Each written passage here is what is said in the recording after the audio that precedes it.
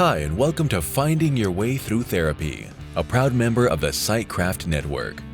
The goal of this podcast is to demystify therapy, what can happen in therapy, and the wide array of conversations you can have in and about therapy.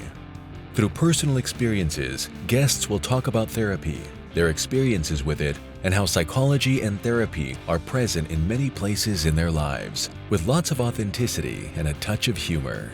Here is your host, Steve Bisson. Alors, on est dans le nouveau studio. We're in the new studio. Hi, and welcome to Finding Your Way. Yeah, I'm working out on some of the kinks that I have in the studio, so hopefully we don't have too many problems, but this is the start of it. So I hope you enjoyed. If you're on YouTube, go check it out. If you're on my podcast, just listening to it audio, let me know how it sounds, but wanted to make sure you knew about that. So last episode, we talked about peer support, and I hope you go back and listen to it. That was episode 187, but 188 will be about a lot of crime scene stuff with Krista Gregg. Krista Gregg brings 5 years of experience in crime and trauma scene cleaning, offering a unique perspective and the profound effects of tragedy on individuals and families. Witnessing these numerous tragedies have led her to become a resource advocate for trauma-informed and things that needed for the mental health, including hoarding. She brought her experience to something that she calls Bright Sky House, which will be in the show notes, to uncover hidden stories that inspires hope, challenges stigmas, and fosters meaningful connection. So I hope you enjoyed the interview, and here's the interview.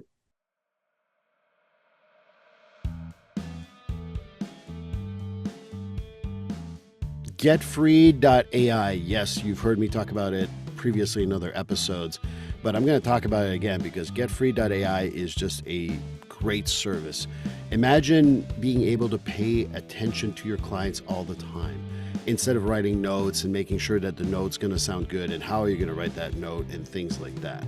GetFree.ai liberates you from making sure that you're writing what the client is saying, because it is keeping track of what you're saying and will create, after the end of every session, a progress note. But it goes above and beyond that.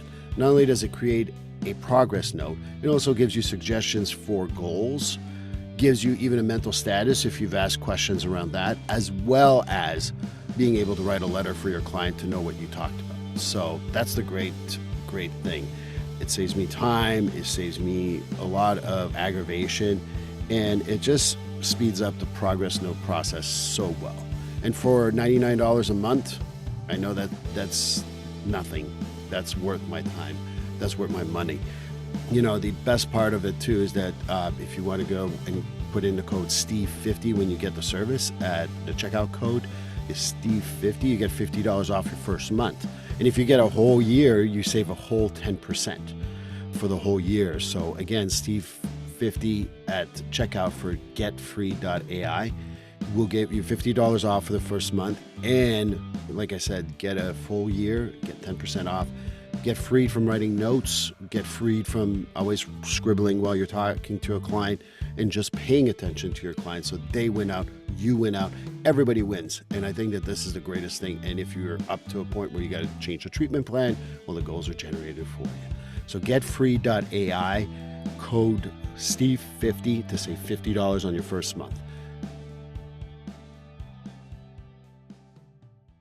Well, hi, welcome to Finding Your Way. And episode 188 is going to be with Krista Gregg. You know, I missed Krista through social media, and I really liked, again, we're working on first responder stuff, we're working on trauma. And her message, I know she's going to talk about the podcast that she's going to do. I'm just telling her in advance I'm going to be asking her about it. But to me, it's so fascinating to talk about that stuff because I've worked with forensic people who had to look at those scenes, but I've never had anyone tell me about how it is to clean them. So I'm looking forward to having that conversation, and I hear she's a fan of therapy, so it's even better. So Krista, welcome to Finding Your Way. Thank you so much for having me. It's such a pleasure to be here. I'm so grateful to be able to just share anything that I can over especially the last 5 years of working in crime and trauma scene cleaning. So well, I can't wait to hear some more. Yeah. So do you want me to go into what, I'm sorry, I'm interrupting because there's a delay. No, I know this is I should have mentioned everyone I'm recording this in the new studio, and there is going to be some stuff that I'm going to have to fix. So hopefully people are understanding. Absolutely. Absolutely. Well, Steve, let's begin. Where should we start? Well, how about you tell me who Krista Gregg is? Oh, that's a deep one. My therapist and I are still figuring that one out. Who is Krista Gregg? Krista Gregg is someone who loves digital media, who loves storytelling. But I'm also a mom of a beautiful 9-year-old. I'm a wife to my husband, Matt, and we started a crime and trauma scene cleaning business back in 2019. And just on the premise of wanting to help people, we both had previous jobs in healthcare and automotive, which no one gets excited about going to a dealership or going to any healthcare facility. It's not a welcoming environment sometimes for folks. And we wanted to do more. We wanted to shift the tides on how we were helping the community and just dove right in. November 2019, we opened up our first location to do this work in Asheville, North Carolina. And the next year, we opened up here in Colorado. And we've been doing this work ever since, helping from doing suicide remediation, unattended deaths, to hoarding situations, meth and fentanyl remediations, tear gas cleanups. If it's overwhelming and you don't know what to do, that's usually when someone calls. And we love it. We're able to help people and give back in these great times of need. And it's something that I've never experienced in my life. So it really opened up this new world and this new bubble of what people are going through. And so I just love the idea of helping people and supporting however I can. Well, I can see that. And the first question that comes to mind is, oh, we're in Asheville, North Carolina. Let's open our second one 5 states over in Colorado. Why? I know. We're cross country. So we were living in Asheville at the time. My husband's from there, and I'm actually from Colorado. So we had the team set up. Everybody, when you buy a business, and we're getting a little bit into entrepreneurship, there's owner and operators. And at first, you're an operator. You're the person that's doing everything from the ground up. You're going to the job sites every day. You're what we call in the suit. And we had built the team up out there to become owners. And we had trained people. We had created a customer service base and referral partners where the business could really stand more on its own without us seeing the day to day. And I really wanted to come back home. Colorado has always been home for me. It was where actually, long story short, my husband and I originally met in Colorado, got married out here, and then moved to North Carolina. And we wanted to come back. We have friends out here. It's that place that you always feel most comfortable. So then we knew we were moving and we still wanted to continue what we were doing. So let's bring it out to Colorado and build a team out here. And we're part of a franchise system. So we have 2 franchise locations, but the company is called Bio1. And there's 140 of us throughout the United States. So Okay. we bought a second location within the franchise. We travel a lot. I was going to say there's a lot of travel, and yeah, it's overwhelming to clean up a hoarding house, for example, or a crime scene of some sort, or suicide. I mean, there's so many questions I have about that. Like, the first question that comes to mind is, how do you stay sane? Because that's really rough stuff. I've been in a hoarder's house several times, and people watch the TV show on A&E, and I tell them that's nothing. You don't know what it is when you're there, and there's something about the smell and everything else that goes with that. So how is it for you? How do you survive that? Oh, so the reason why we get called to why it's important to hire somebody like our team or other teams that exist out there in the community is, first, I'll start with kind of what I call the biohazard side. So the suicides, unattended deaths, more of the blood stuff that we clean up. We are coming into a moment when everybody's still in shock. There's immense grief. Law enforcement has just finished their investigation and determined, cause of death, and there's nothing else that they can do. So it's our job to come in and create a safe environment and create a safe space. And also, there's an element of making it so family members don't have to see exactly what happened. We're preventing further trauma from them cleaning it up themselves or having to visually see exactly what happened. And for me, how do I get through that? I'm not going to lie, like there are some scenes that are forever imprinted in my mind. There are some situations and scenarios that are absolutely heartbreaking, especially when it comes to kids or if animals are involved, or it just, and I'm never going to say I've seen it all, because there's always something around the corner that surprises us. But we don't have the emotional attachment in a lot of cases that, the direct family members, next of kin, and loved ones have. So we can come in, and the mentality that I constantly keep going, especially as we get through these scenes, is if not us, then who? And not so long ago, before businesses like ours existed, it was family members, it was friends, it was, maybe a police officer offering to help out, and it wasn't done correctly, it wasn't done safely, and it was with the best of intentions of the community. But now we can come in and help. And I think that really guides me of, if not us, then who's going to do it, and who's going to do it well, and who's going to do it safely, and who's going to abide by regulations, and who's going to make sure that these people are taken care of to the best of our ability. And that's us. And that gives me a lot of peace and hope. When it comes to hoarding situations, I'm not going to lie, I get overwhelmed in hoarding situations, but we do a lot of prep work before we go into a house. And so if you're talking extreme levels, like what you mentioned on A&E and hoarders, that's kind of a level 5. That's worst of the worst. And of course, they want that on TV. That gets them ratings. But we do things very differently than what is seen in pop culture. We will come up with a plan directly with the hoarder themselves of what do they want to keep? What do they want to donate? What do they want to dispose of? If they're not ready yet, what can we do first to make the environment safe? Not perfect, because safety is really the biggest goal. We need them to have access to exits. We need to make sure that if something catches on fire, that there isn't so much fuel in the house that it just goes up in flames quickly and no one can get saved. We need to make sure that we identify fall risks or electrical, plumbing problems, mold. There's just so much that is happening sometimes in a hoarded home, where sometimes the first goal is to make it safe. And then we can go from there and clean up even more and more. And it could be a layered process. But before we even step inside someone's house, yeah, please. All right. So I heard you, and I'm going to say one thing. This is something that comes up with what people have said to me working in jails, working in the community. Yeah, you're making it safe for other people, but how is it safe for you? So I'm going to throw that question at you. Absolutely. No, we have, so we're wearing complete PPE. We're fully covered. And we're also wearing needle protection gloves. We're wearing respirators. I mean, we are covered head to toe, and we're making sure that we're methodically going through things little by little, stepping into the space. We ask a lot of pointed questions at first. When I say, are there needles in the home? I'm not saying, hey, are you a drug addict? I'm saying, do you have diabetes? Do you need to inject yourself with medicine? I need to understand what hazards we could possibly run into, but we always assume there is a hazard just for our safety and our team's safety. So when we come in, it is a very slow approach and methodical approach of getting through all of these items. And it's not like a lot of times people picture like giant snow shovels and us just putting it in a dumpster. It's quite the opposite. We're actually looking for things that could be of valuable, whether it's money, coin, or it's photos. It could be important paperwork. It could be bills. It could be mail. It's not for us to decide all the time too what's valuable to somebody. So we really try to get to understand them and what's important to them as well. Yeah, and I think that's the excellent point, because what's valuable to you may not be valuable to the next person. And what's valuable to another person could be junk to you.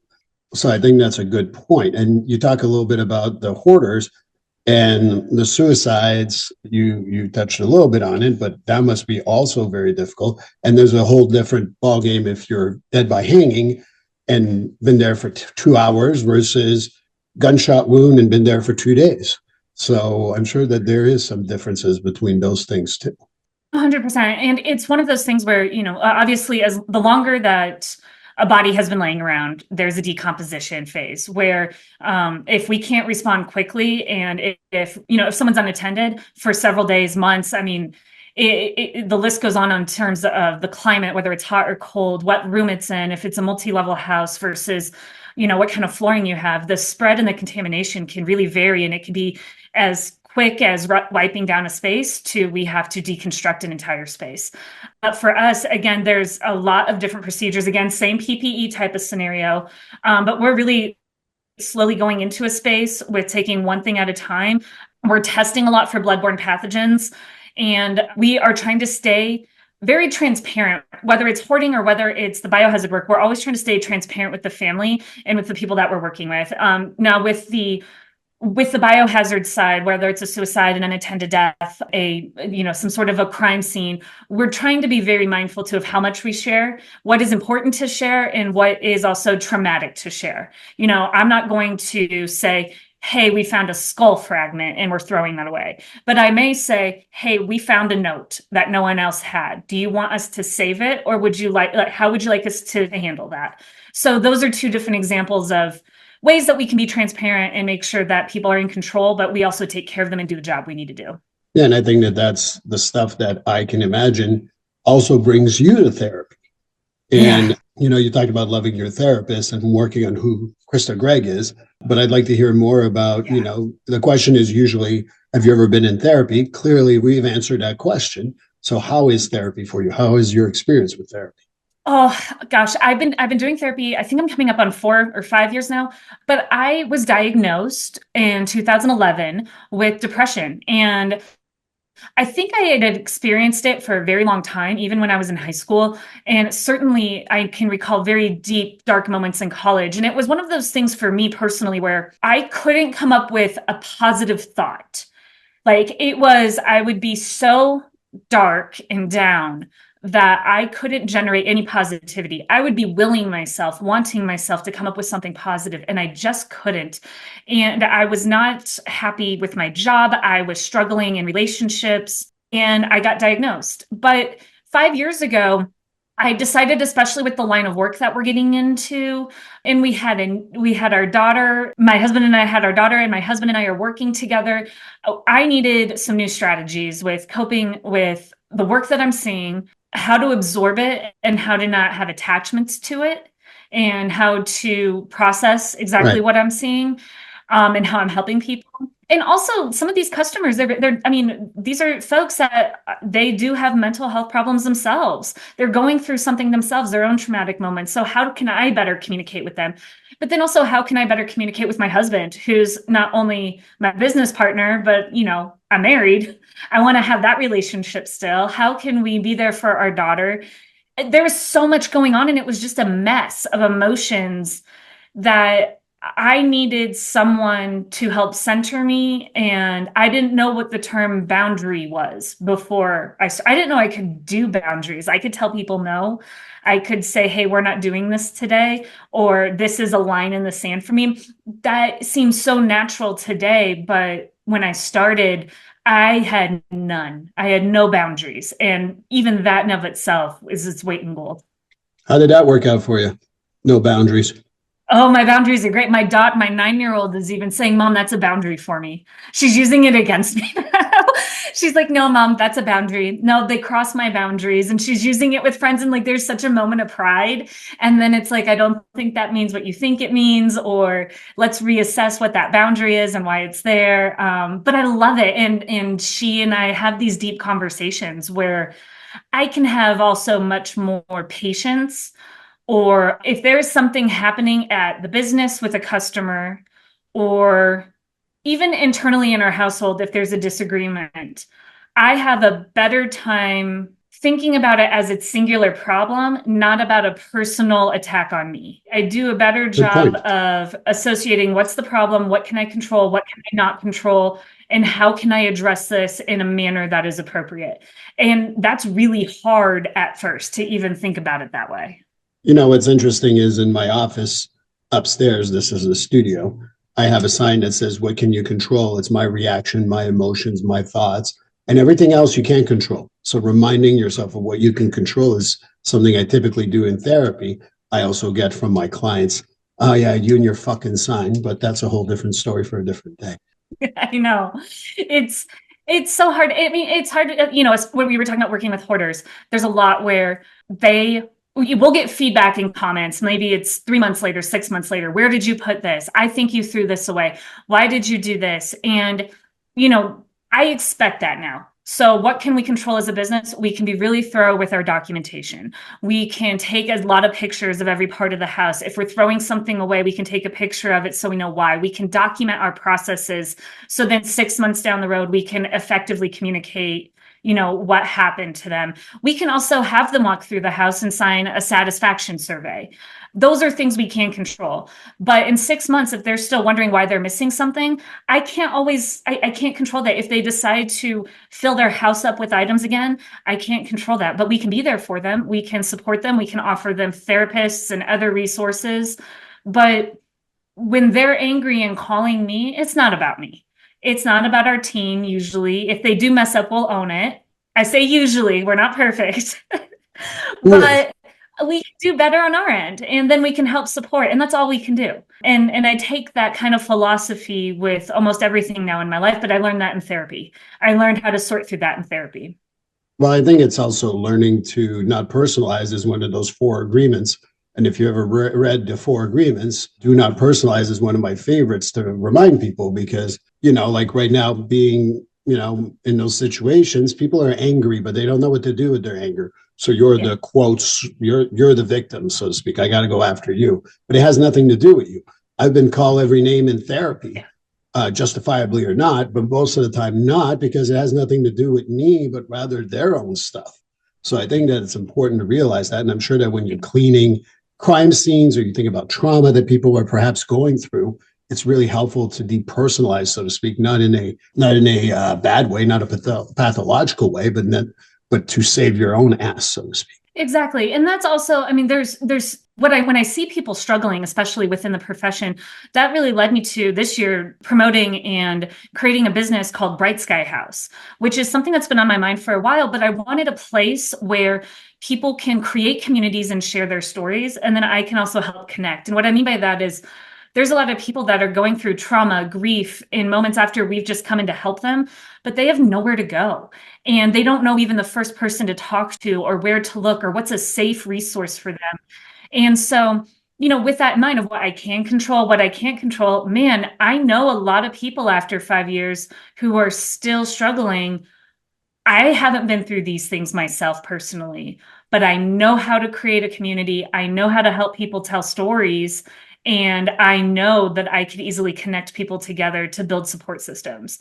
And so that's one of the drivers and I guess the passion that I have behind everything that I'm doing right now, which started with, hey, let's have a crime and trauma scene cleaning company. And as I keep learning more, hopefully I can continue to help support these vulnerable people. And what's the website? So that I'm going to put it in the show notes, but what's the website for people who are just listening? Yes. Yeah, thank you. It's brightskyhouse.com. I'll definitely put it in the show notes, but that's a very important thing to connect because one of the things that happens in the mental health world, and I see that in the first responder world too, is it's hard to find resources and recommendable resources. I can give you a therapist. But I rather like if Krista is someone I know, I want to give her a good therapist. Yes. And someone that specializes in what you're going through, someone that isn't just trying to wing it and you may be the first person that they're, talking to that is experiencing what you're experiencing. But yeah, absolutely. It's so important to feel seen and heard and understood. And as much as we want to lean on the people around us, sometimes the people around us just don't have the tools to really show up and be present in a way that you need them to. So finding communities and finding therapists and support groups of people who understand, I feel like that's more important than ever. Right. And also people who are your friends and family around you, they want to remain your family and friend. And they don't want to be your therapist. And something that I explained to my friends, and I mentioned this on the podcast before, but my girlfriend, when we met through a app, it said, I'm a therapist, I'm not your therapist. And she always reminds people that that's what she found funny in my message. But truthfully, like I love my friends, but I don't want to be their therapist. And it's not because I don't love them. It's because they should have a good resource to go talk to. Oh, absolutely. I find that with like lawyers too. Yeah.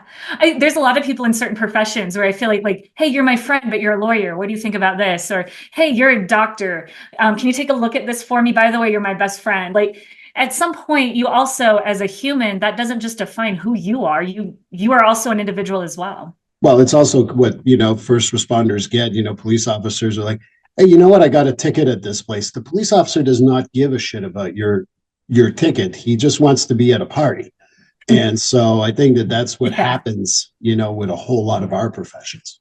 Absolutely. There's a time and the place to storytell, I'm sure, but you just want to show up and be you. You also, I wonder as a first responder, and in law enforcement, it is probably critical to separate that and to have your own space in your own life where it's not all consuming, where you're constantly responding from one emergency event to another. Well, you talk about the trauma and everything else. One of the things that I discuss with most people is when you are a first responder, that becomes your identity. And I tell people that's not your identity, that's your job. And you got to separate. And a lot of the work that I do with first responders, I'm not a first responder myself, but the first responders I work with, they definitely go like, oh, well, what happens to my identity? It means you got to find one there, Sherlock. And that's sometimes very hard for them. Yeah, I can only imagine. And what they say, I mean, we respond to things, but they're nonstop. I'm sure adrenaline rushes nonstop for them in responding. Well, I think it's also important to maybe talk about, we talk about the first responders, we talk about these scenes. I'd love to hear more about your views of trauma, because I think that, trauma is something that, to me, we can define it all we want, but sometimes it is a personal definition. And I know that sounds weird coming from a therapist, but what I mean by that is if I see a dead cat on the side of the road, that'd be traumatic to me, but not traumatic for most people. And that's not for you to judge if it's traumatic or not. So I'd love to hear more of your views on trauma. I've never actually even thought about defining it before. I'm sitting here and I'm thinking, okay, what is trauma? How are we defining it? And I feel like off the cuff here, I'm just thinking if there is something that is emotionally impacting you from whatever this event is in a negative way, or something that's sticking with you or hitting you in a sense of giving you grief, in a sense of giving you sadness, some of those really powerful emotions that come up. And what's really sticking out in my mind that I'm kind of replaying in my head is my daughter. She, I see trauma every day with the crime and trauma scene cleaning stuff that we're doing. And, I'm surrounded by a lot of times these situations of death, or seeing someone hoard because of a traumatic event that happened in their life and they need to have this feeling of control somehow.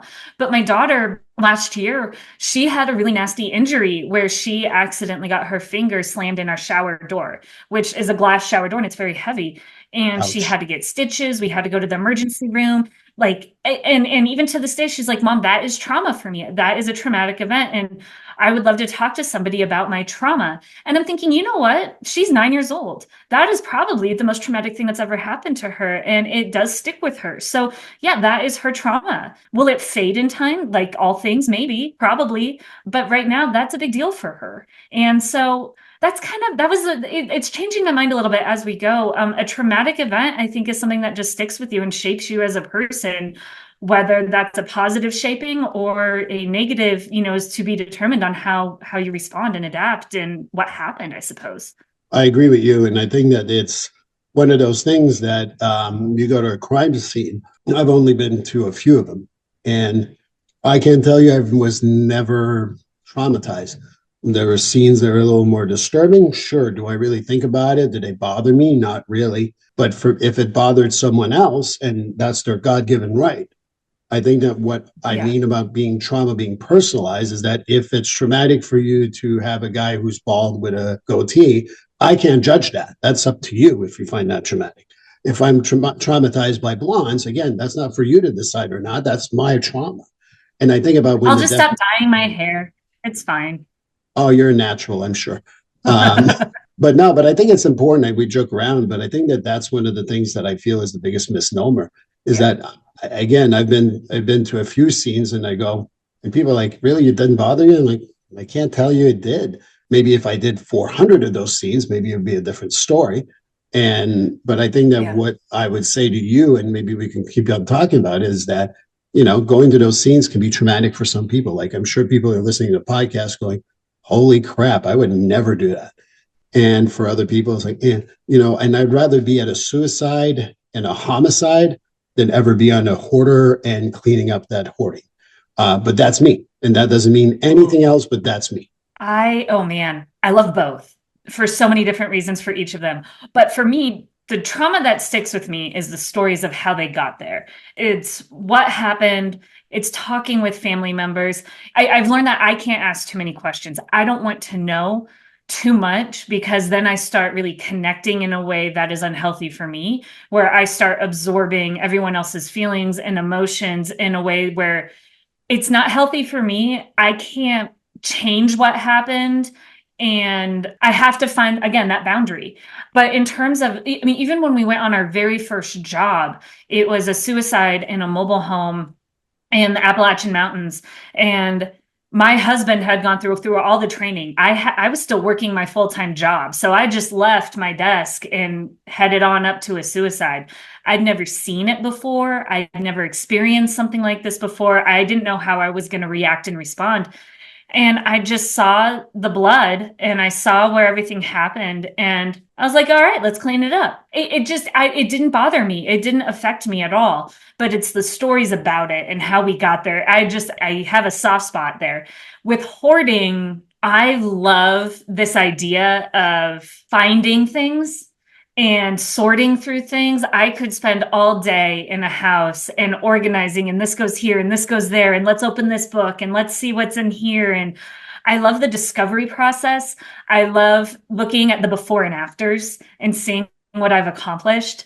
I would say the only thing that I do not like, and still to this day cannot stand on a job, is poop. And it's not even like, it's urine and fecal matter from humans. And whether it's in adult diapers, whether it's been built up because of plumbing situations, and I won't go any further for the listeners that have squirmy stomachs, but that's the one thing of it that I can't handle. But the rest of it, I'm fascinated by the process of how we got here, and also the discovery and hoarding situations. We've discovered so much. It's kind of fun. I really want to hit on a couple of things. First of all, for me, it's vomit. Yeah. I can do poop, I can do pee, but vomit, no. That's me. Number two, I think that what you said is so important because, again, thinking about my audience and think people who are going to be listening to this, you go to your first crime scene and it doesn't bother you. And why should it? Because that's what people say. Oh my God, that would have affected me. That's awesome. But your name is Johnny. It's Jane.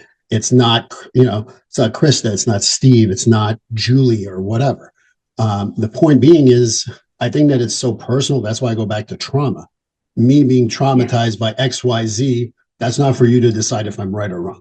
It's, why does vomit bother me? I'd like to tell you I know. I don't know, but it bothers me. Show me a pile of poop. I'll look at it and go, yeah, it's poop.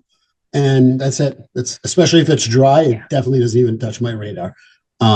So I think that it's reminding, that personal stories and what, you jump in and what you like and this and that. So I really see that as being a very important thing. Absolutely. Well, and it's interesting. I just had a conversation with a guest who's going to be on my She Diaries podcast, and she lost her husband to suicide. And one of the things that we were talking about was everyone's looking for a cause or a reason or to point fingers when something traumatic happens, or trying to determine how did this person get this way. And what we really landed on, which I think is so important, is we see different versions of people. I see my husband as, what Matt Gregg shows me as himself, as my husband, as my partner in doing business. But he has another element to him where his mom sees him. And there's other angles and other purviews that he gives people in the world or our customers. And we started down this path of, do you ever truly know somebody? Or is that really all inside them? And they're the only ones that can truly say that they know themselves, or maybe they don't. In this world where we're constantly wanting to point fingers or say, this is the truth, or this is what happened, I almost wonder if it just lies with the individual and no one can really say for sure. Well, there's a few things I want to say. I'm going to just say my first thing, and then I want to ask you a question. For me, what I go back to is that, when you think about knowing other people, I don't know about you, but I'm still learning about myself. So how the hell am I going to know about other people? I remember a professor in my undergrad said that if you die and you know yourself completely, you're a better person than I am. And I always wanted to give that to people as advice. And I'd love to hear more about your podcast, because you mentioned it in passing, but I'd love for people to go listen to it. What's the podcast about? You kind of mentioned it, but I want to hear more specifics about it.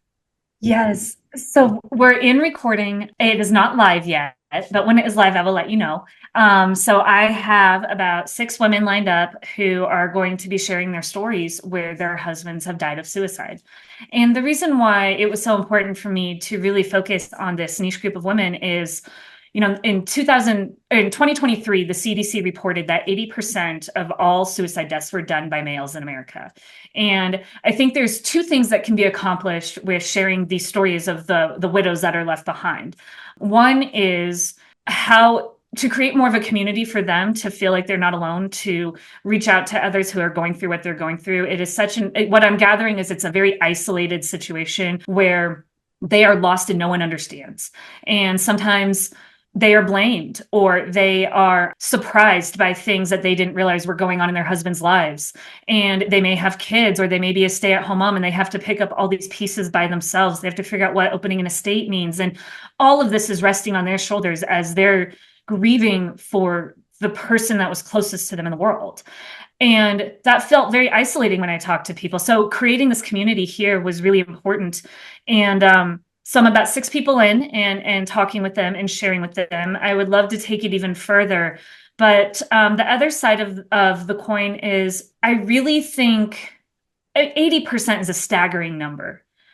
And I want to send a message, and I want to have advocacy around men becoming vulnerable and getting mental health that they deserve, that is needed, that they would have. Amen. It is very unfair in my mind, and this is me personally, to expect a wife and loved ones to always know what's happening up here and here. And I think that there are times when men do need to reach out and they're not, and resources are available, but our society and stigmas and how people were raised or brought up to think, it prevents men from getting help. And so one of the things that we want to do as well is, how do we advocate for that? How do we create more of a open community for people seeking help and letting them know they're not alone and it's okay? I mean, I have a lot of ideas on that. So if you ever want to I want to hear it. I am all ears. I am all ears. But here, this is the thing that I as a feminist myself, and I know people are like, oh, you're not a woman, you can't be a feminist. Well, I am a feminist. I have 2 daughters and much more of a feminist than ever before. But one of the things that if I cry, even people I respect sometimes say, what's wrong with you? And it's not because they're mean, and I'm not pointing fingers at them, but there's a lack of ability to be vulnerable because men, when they cry, people don't know how to react. So that's number 1. Number 2, men have to be able to say, I'm going to be vulnerable. And that's basically saying to a man, go run naked in the street at 20-degree weather. I mean, that's the hard part, is to convince men that it's okay to be vulnerable. I work with men a lot because of my job, especially with the first responders, but that vulnerability, like, it takes me 6 months to a year, where a woman, and again, sexist or not, call me whatever you want, women come in and like, this is exactly what's going on. Here's my vulnerability. And women are just, where men are not necessarily that way. And I think we got to encourage that. And I'm going to add one final thing about this. You talked about suicide. Men commit suicide more often than women. That's not true. Actually, women try suicide more often than men, but men use more violent means. And that is why they're 80-20. Okay. Well, the number that I was pulling. Okay. No, it's good. I would love to see that data, because I was pulling it from the CDC from 2023, and it didn't say exactly the means, but it did say out of all the suicides, it was about 80% were males. But I do agree with you in terms of, how it's done. And it is with men, it's usually by a firearm. Yeah. And I think that's why, like, for suicide, if you ever have, if I got to find my old data, I used to be a suicide prevention specialist. So I know a lot about this stuff. So if you ever want to have a private conversation, we can go there. But for, let's get men to talk is really hard, because, even the nicest people in the world, I mean, I know my friends are very supportive, but sometimes it's like, what's wrong with you?